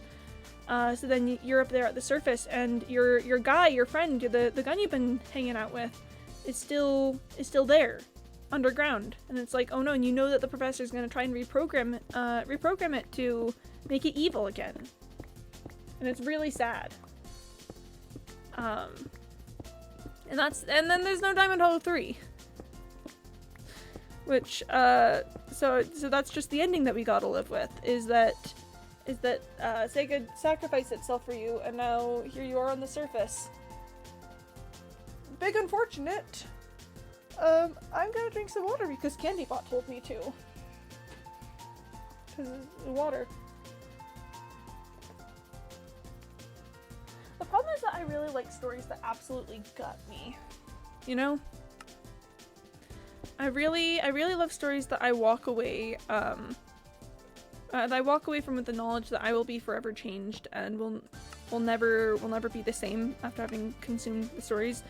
Largely in a very sad, tragic kind of way, like a, oh no, everything's bad and it'll never be okay ever again kind of way. And the problem is I just eat that kind of stuff up. You know, I'm a big fan. But then that also contrasts really heavily with how much I just love happy endings. Which, let it be known, it's not impossible to do a story like that and then have it have a happy ending. You know, and in fact, I would say that generally it's very possible and is done quite well in many cases. But sometimes, oh my gosh, I don't know what it is about media that destroys me, but I love it just so much. Don't know why, but here we are. So yeah, many times it can and will have a happy ending, but also sometimes the gun gets taken back by the professor, and you know that it's not that, and you're stuck on the surface, and there's no continuation. So that's where the story ends, at least for now. And I don't know, it sticks with you at the very least. You know, there's something to be said, I think, for how sad media can oftentimes stick with you longer than happy media can in many ways. And that brings me back to like Between the Lions. I think I might have told this story before, but There was once an episode of Between the Lions, the children's broadcasting show, about a sad story and one of the lines, the little girl reads this sad story and is understandably devastated by it because it's a very sad story, you know? And she spends the entire episode just grappling with the feelings that this story has given her. The sad story, I may as well talk about it. I think it is actually legitimately a folk tale, but I don't know for certain, so don't quote me on that. But the way it goes is that there's this king, and he has a friend who's a falcon. Not like he has a friend who's been turned into a falcon or anything. He's got this falcon that he likes a lot. And one night he's like traveling with his falcon. They stop by like a well. And he goes to drink from the well, and the falcon like swoops at his hand and like knocks his cup away, and he's like, what the heck what the heck is up with that? Hey, stop that, I'm trying to get a drink, we've been traveling for a long time. He tries to go again, falcon swoops at his hand, and he's like, hey, stop it, I need to drink, we've been traveling, this is important. Goes to do again, falcon swoops in, and he gets so mad at the falcon that he draws his sword and kills it. And he's like, well, if you're not gonna let me take this action that I need to like live and be happy and healthy, then you know, our friendship's over, kind of, and kills you. Sorry. It's always hard to know how far to go on how dramatic to take things, and stuff like that. But yeah, so he slays the falcon, and then when it's done, he looks at the water again, and he sees that there was a snake in it, and the snake was releasing venom into the water, and if he had drank the water, he would have died. And the falcon had seen the snake and was trying to protect him from it, and it was too late. The falcon was dead, and he just had to live with it. Very sad story. Legitimately, if I was like 8 years old and I read that, I would have been devastated. I was devastated even just watching this this puppet lion experience the same thing. You know, it's sad, but she goes through this whole journey of being like so mad and sad and upset about this book, and even wanting to like steal it and hide it away so that no one will ever have to read it ever again, and won't be sad about it. But then she has a talk with her parents, and they talk about like how the story's sad, but it's important to read the sad stories to learn the lessons from it, where now that she's had this experience and has read this book, you know, she's less likely to hurt the people around her like that. You know, she's less likely to act in haste and swing her sword hastily. And that was a very formative event in my life. Let me just say, I watched that episode of Between the Lions, and I went, whoa. I went, oh my gosh. Again, not because, first of all, sad story about the falcon, genuinely devastating. But then also, like, understanding that concept that sometimes it's important for stories to not have happy endings, because then we get to learn from them and hopefully avoid mistakes in our own lives. And that was whoa. I felt like oh, like the world had opened up to me at that moment in time. I was like, oh my gosh, I understand now. And I think that principle often applies in many ways to how I really love stories that are so gut-wrenching, heartbreaking, tragic. And sometimes they have happy endings too. You know, it doesn't all have to be all sad all the time. It can be dramatic and big and like, oh no, and then things can work out okay, but just that concept of like, I don't know, experiencing those sad things and thinking about it all to try and internalize it as lessons for you. Okay. We are now moving on to placing coal blocks inside of my spare equipment spare equipment box. I still think that this is the correct move. I still think that we're close enough to the end of the mining trip that having devoted an entire shulker box to coal and stuff would have been counterproductive. But it's certainly some kind of way out here. Creeper! Oh man. Look, I was walking away from me. Oh man, that creeper was running scared. Creeper was so afraid of me. Achoo! That guy wasn't afraid, but really should have been, because that was so easy. Insta-kill.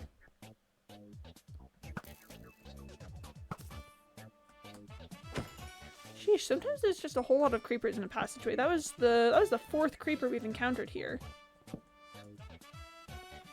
I don't trust this. Okay, there's an area over there. Okay.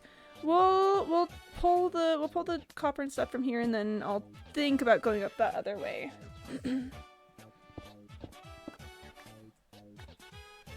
But that's and then, you know, I've talked before about like with tragedy and catharsis.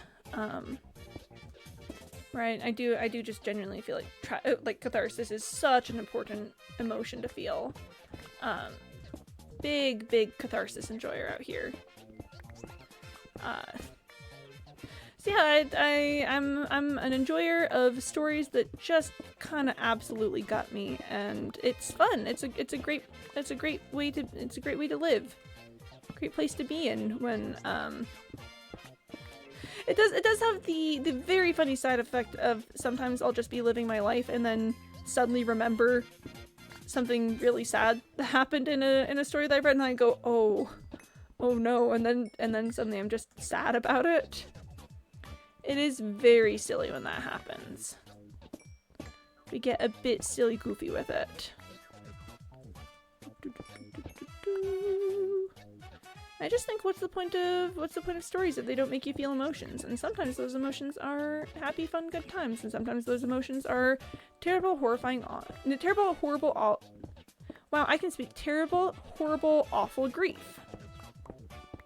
Like Oedipus Rex. You know, that's the classic one to me when it comes to like true catharsis. Because a lot of tragedies are sad. I've read the Oresteia, which is the cycle of 3 plays describing Agamemnon's death and then the events afterward. Sad stuff. You know, definitely a tragedy. But I'm gonna be honest, I don't think that the catharsis hits quite as hard, quite nearly as hard as something like Oedipus Rex. Because Oedipus Rex is just awful.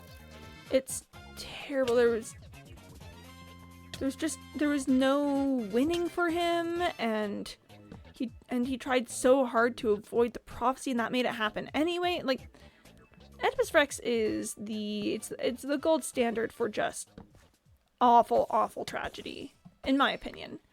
But and as such, definitely I think carries a bit more catharsis weight than something like the Oresteia does, which is sad, but you know, ultimately I feel like I've seen worse, particularly because I'm not a huge Agamemnon enjoyer anyway, and I bet if I was, you know, someone who really looked up to Agamemnon as a hero, I bet it would affect me more. But I'm sort of like, yeah, Agamemnon killed his daughter. That's mad sus. That's kind of upsetting. Like, honestly, I think the saddest part of the first part of the Oresteia is Cassandra dying, because Cassandra deserved none of this, but it still doesn't quite have the same tragic beats as like Oedipus Big Oedipus enjoyer.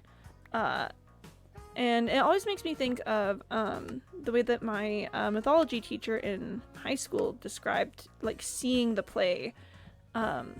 They would use theater masks at this time to you know, help people from distances be able to like recognize the characters and to express emotion with it. I just remember my teacher talking about like Oedipus, you know, I guess trigger warning descriptions of gore.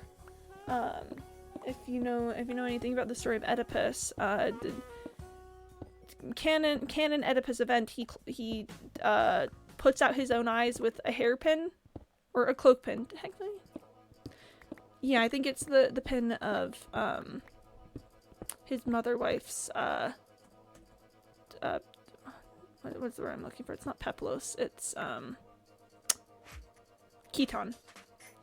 But yeah, so just the concept of the actor like standing there like shoving these pins into his eyes and having like the stage effect of blood like running down the mask and just standing there like screaming at the conclusion of all of this of how, you know, it's all bad. It's all bad, and he's put out his eyes, and it's physical agony, but it's also emotional agony of knowing that he did not escape the prophecy. He did kill his father and marry his mother, and now the woman that he loved, who is also his mother, is dead. He's ruined it. Like there's no coming back from this, and it's just awful. And just imagining the actors just standing there like heaving screams while this blood effect like drips down their face, and then being in the crowd and watching this, and sometimes they'd like plant people in the crowd to start arguments about it, about like he's right to this, it's wrong, he had no choice, but he still did it anyway, like, and just the crowd like getting whipped up into this frenzy, and in all this just Oedipus on stage screaming and catharsis. I just need to couch all of that with that's what I think of when I think of catharsis.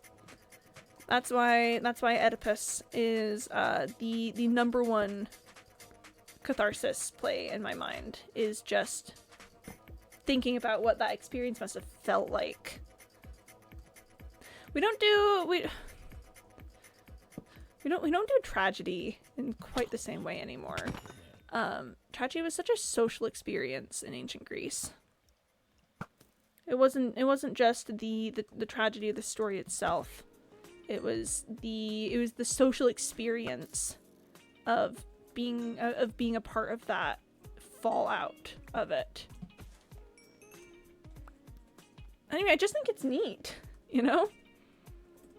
I just think I would have absolutely loved to be there in that crowd, listening to, you know, Oedipus scream like he was, like his world is falling apart, because it is. And that's what gets me about Oedipus Rex. There's so many tragedies. I've read like Antigone and stuff, which is also awfully horribly tragic. Antigone's good. Antigone's really good, but like, I don't know, Oedipus just wow, they weren't kidding. That Oedipus Rex really can be the king of tragedy plays. Like, it is sad that Antigone dies. It is sad that that, you know, her fiance and his mother die because of it. It is tragic, and yet there's just that depth of grief that Oedipus carries that I think is so cool, actually. I'm just such a big fan of.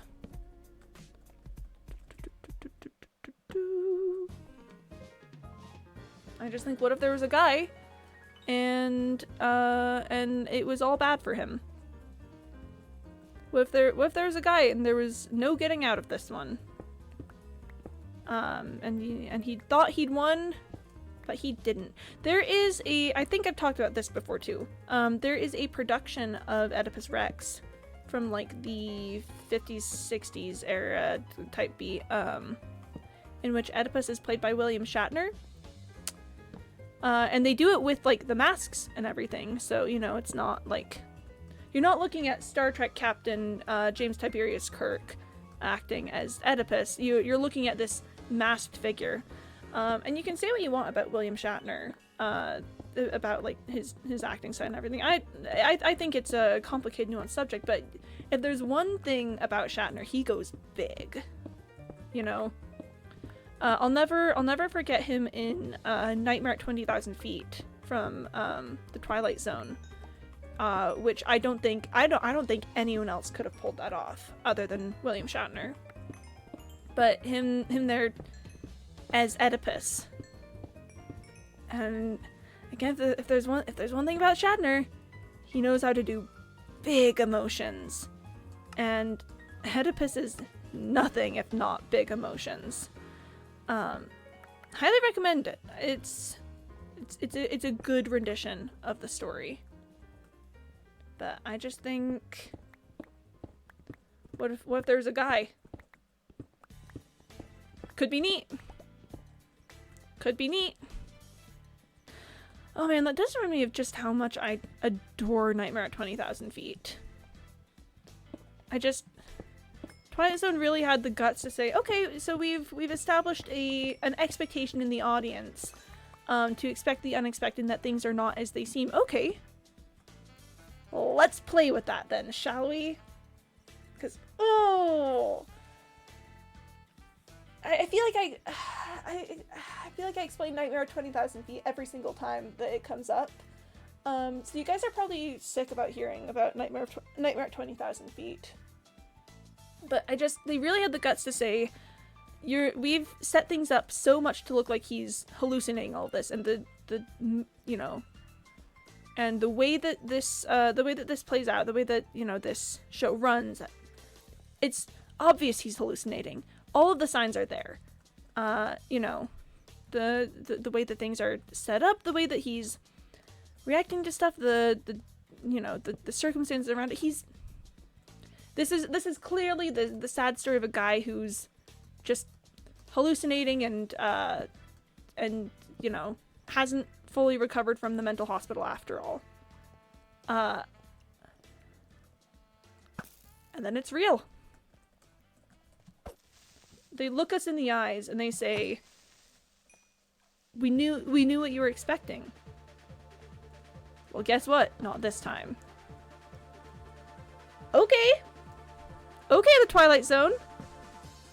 And again, something that I really kind of think only William Shatner could have pulled off on that.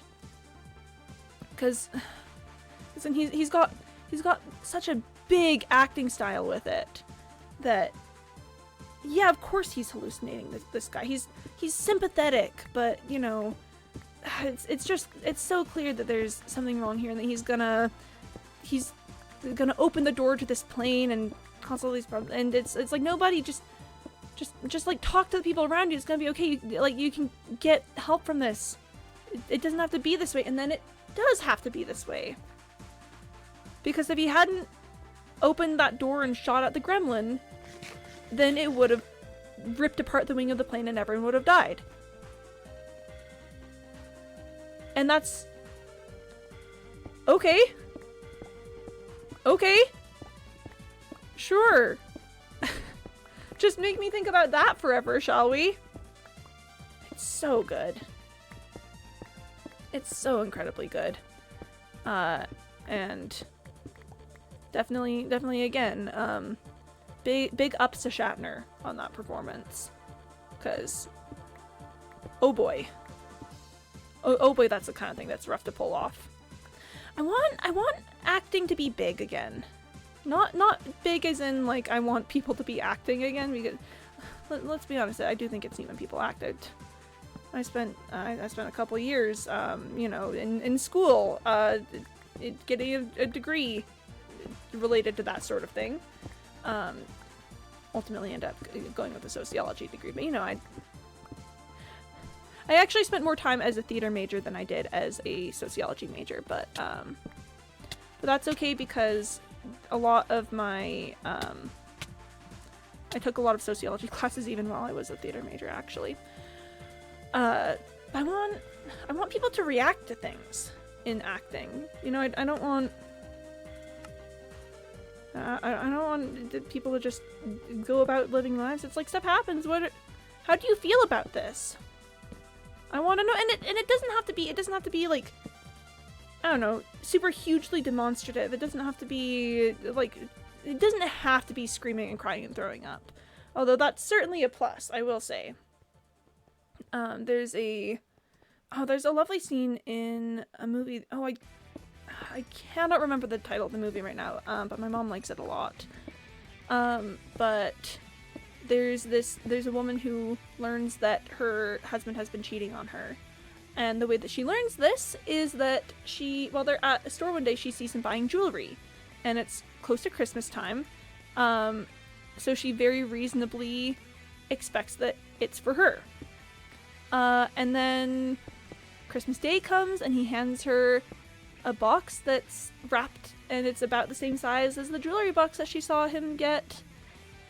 And she's excited, she opens it, and it's a CD. With music from an artist that she likes, admittedly, but it's not the jewelry. And she just, in that moment, realizes, oh.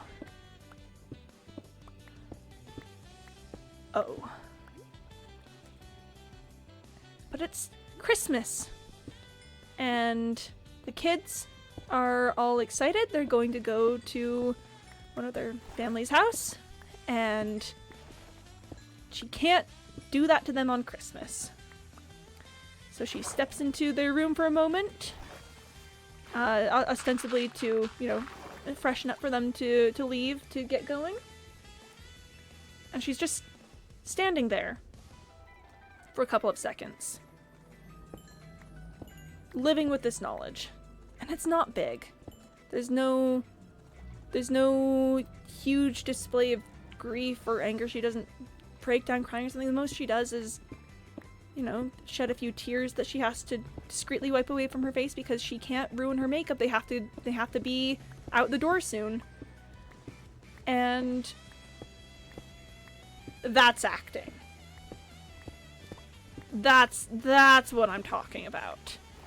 It really, like, I want acting to be big, but it doesn't have to be big in action and in weight. It doesn't have to be big in action. It just has to be big in weight. That's what I'm trying to express. That, you know, I want to see things. I want to be shown, not told, what characters are feeling. And I just think that, again, say what you will about William Shatner, he was really, really good at that. He was really fantastic at showing what his characters were feeling. Which made him great in Oedipus. To circle it all back around, is that when you've got something like Oedipus that has such huge depth of emotion, you really want a guy who shows that kind of thing. Who says, "Yep, I understand the assignment. I'm gonna play this guy, and I'm gonna play them with my whole entire heart, out on display, ripped open, raw, and beating for everyone to see." And it's just like, thank you, William Shatner. I really appreciate that, my guy. That's kind of based of you, NGL. Star Trek: The Original Series really is very good. I do have to take a moment to plug Star Trek TOS, because the thing about it is that it's just, I've never quite seen anything like Star Trek TOS. Even the other Star Treks aren't like TOS. It's so hard to explain, but there's just so much there's so much hope in the series, and just every single moment in it is just filled with such hope and joy and love for humanity. And the other Star Treks are very good too as well. And they maintain all of that with like world building stuff, but there's just something so very singular about the way that the original series presents itself. It's sci-fi. They're you know, they're exploring the possible future. They're saying we believe that the future of humanity is to be kind. Okay. All right, sure. Just make me feel big emotions like that, I guess. Make me whoa, who said that? You know. And I just like it quite a lot. I just think that Star Trek as a series, or like as a media in general, very good with all of that. The original series just has its own particular flavor of it.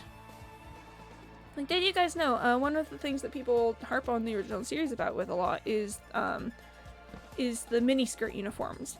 People are like, oh yeah, you know, sure, this future world in which you know, all women wear miniskirts. That's that's so misogynistic. But no, miniskirts were symbols of female empowerment in the 60s.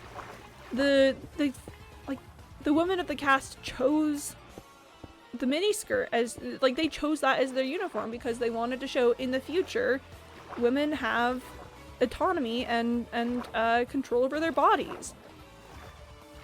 How it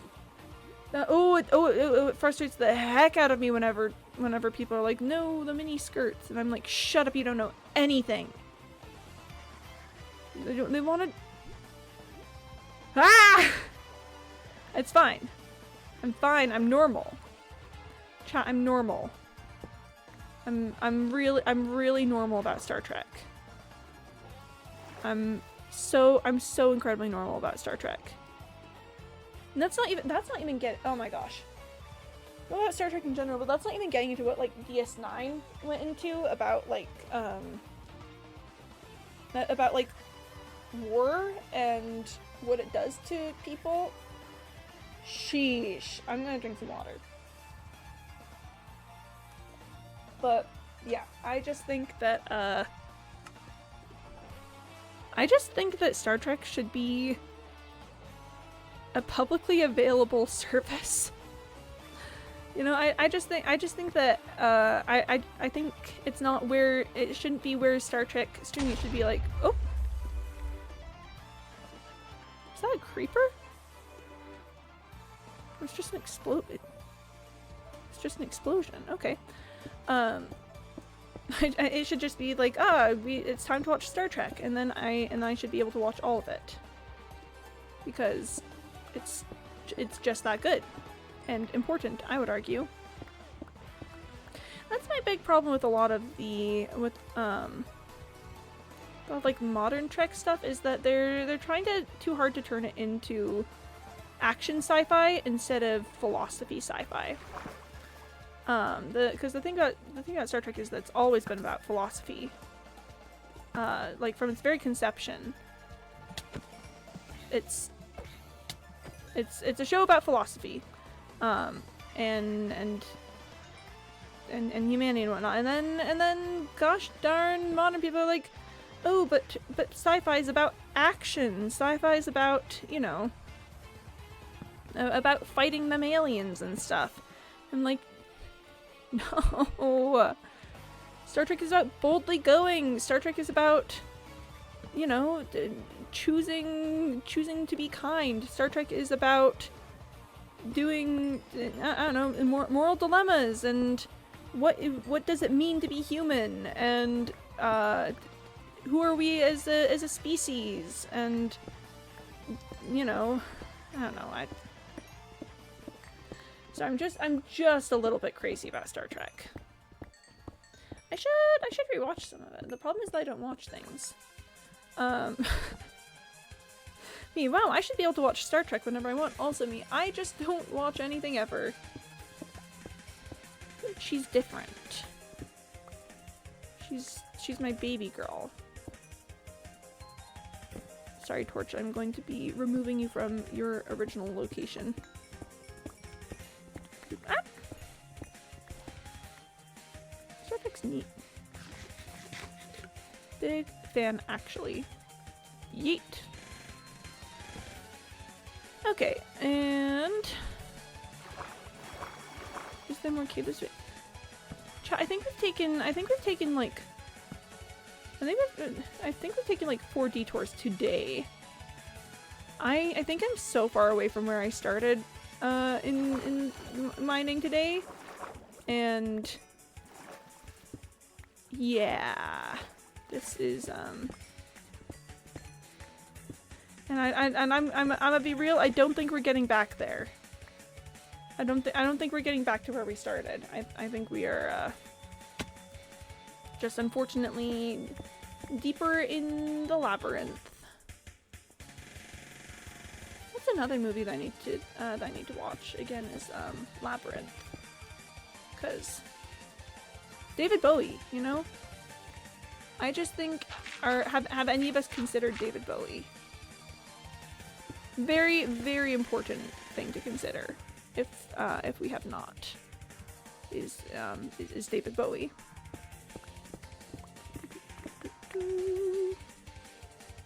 Love that guy's work with having an album built around an alien. Big fan. Okay. Chat, we've gotten a little distracted with exploration again. I think it is once again time to lock in. Because we've got copper collecting to do. We gotta make sure that we're staying tight on that copper collecting.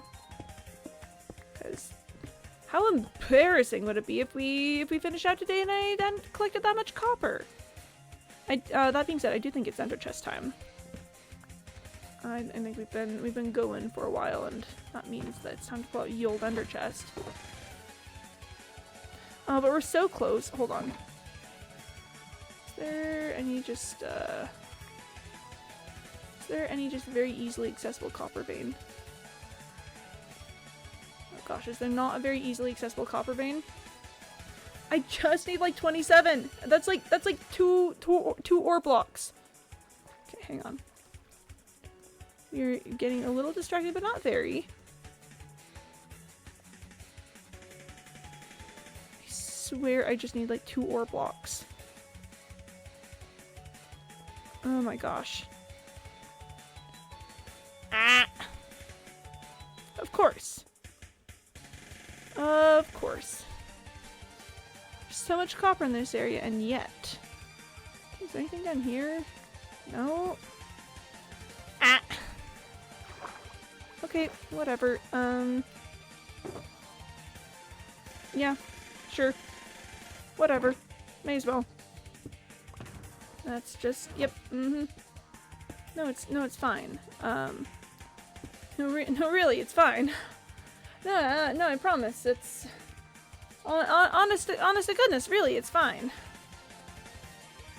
Would have been cool, but, no, it's fine. Watch as I start back. I told you I was gonna start backtracking and immediately run into. Yeah. No, that tracks. No, that absolutely tracks. That 3,000,000% tracks. No, no, of course. No, of course that's fine. It's it makes sense, really. Quite honestly, yep. Yep. I feel like this is the way that I want to be going because I see copper down here. Yes. I feel like this is it. We're locking in, chat. We're locking in. We're going hard on the copper collection.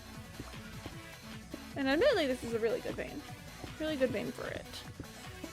Because if I can get to about 1.5 boxes left today, then I might be able to push it tomorrow. Maybe. Obviously, there's no guarantees. It's all gonna depend on how silly goofy I get with it all. But oh boy, there's a possibility.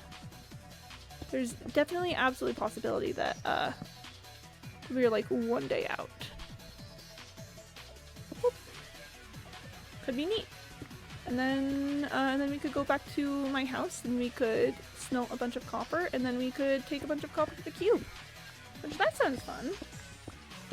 Love to take copper to the cube. One of my favorite post-mortem activities, in fact. They always say, what do you want to do with your time as a ghost? And I've the lovely honor of saying that one of my favorite post-mortem activities is in fact taking copper to the cube. No, I wanted to. Thank you. Okay. That was a real good run right there. Actually, we're already popping off. Okay. So with that, we want to continue to move this way. Yeah, that looks mad sus, but there is quite a lot of copper right there, so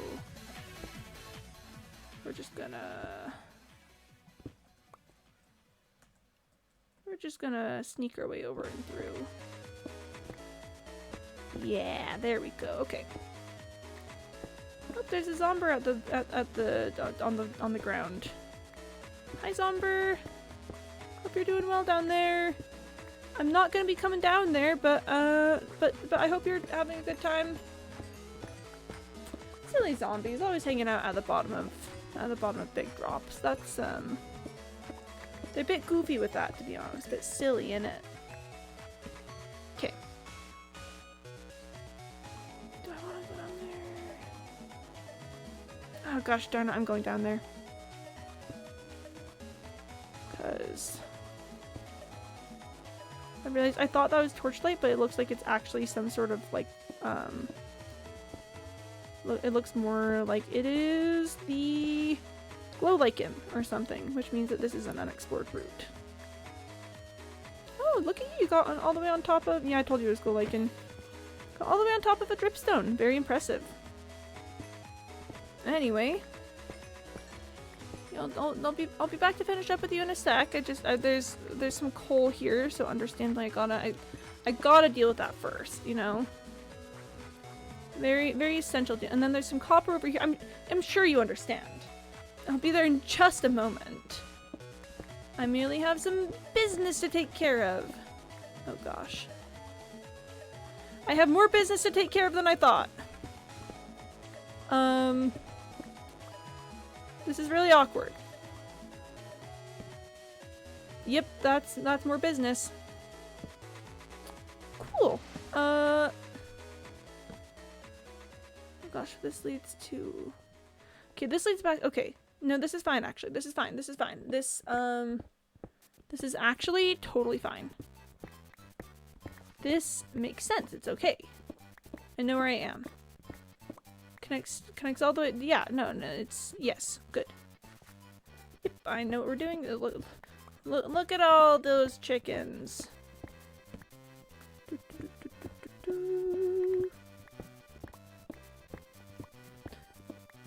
Love when there's a phrase that's not actually technically applicable here. What would "look at all those chickens" mean here? You know, it's copper, but copper is definitively not chickens, and yet that was also the kind of the point of the original meme, was that they were not indeed all chickens. And yet the originals were still geese, which is largely closer to chickens than copper is. Copper is in fact not living, in much the same way that that geese and chickens are. So it's on one hand, sort of the original intent of the meme is preserved, while at the same time not at all. We get a bit silly with our analysis. I get a little verbose when I'm trying to lock in.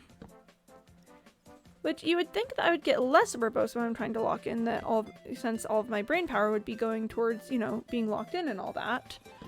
But in fact, no, the opposite is true. Taking away the thoughts to try to focus on my actions instead merely means that the words that come readily to mind are ones that tend to be a bit more pompous and engaging sounding. I don't know. See, the moment I try to think about what I'm saying, I start going to like, if I'm just hanging out, if I'm just vibing, then I start talking like I'm a philosopher guy again or something. Really very silly out here. We stay so silly and so goofy. But you know what I will say? We are making good time on this whole locking in business. The amount of copper I've collected in the past little bit is much greater than the copper that I'd collected in a lot of the previous time. We're just so locked in. We're collecting this copper like it's nobody's business.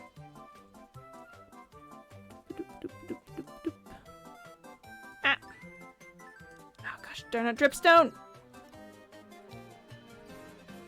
I really just hate breaking dripstone. Even dripstone blocks like that. There's just a little piece of me that whenever I do, I'm like, no! The cave spent millions of years growing that! I couldn't besmirch the cave's efforts like that! The cave spent millions of years on it! Okay, we're going this way first. I'm probably not gonna end up fully going down that little chute there. Because that feels like the sort of space that then, you know, Death Pit would be at the bottom of that kind of thing. So I don't know. Yeah, I don't know how far we're gonna explore this, but at the very least, we're going here. You know. Oh, this. Hello. Well, that was interesting. Yes, I would like to avoid death, but I am a little worried that my tunnels are starting to converge a little bit here. We've run into torchlit sections twice at this point, which could spell in disaster. Yeah, it's deep slate down there, even if there's not Death Pit. I'm not super interested in... Oh my goodness! Death Pit. Well, how convenient is that? Anyway, we're not gonna be going that direction.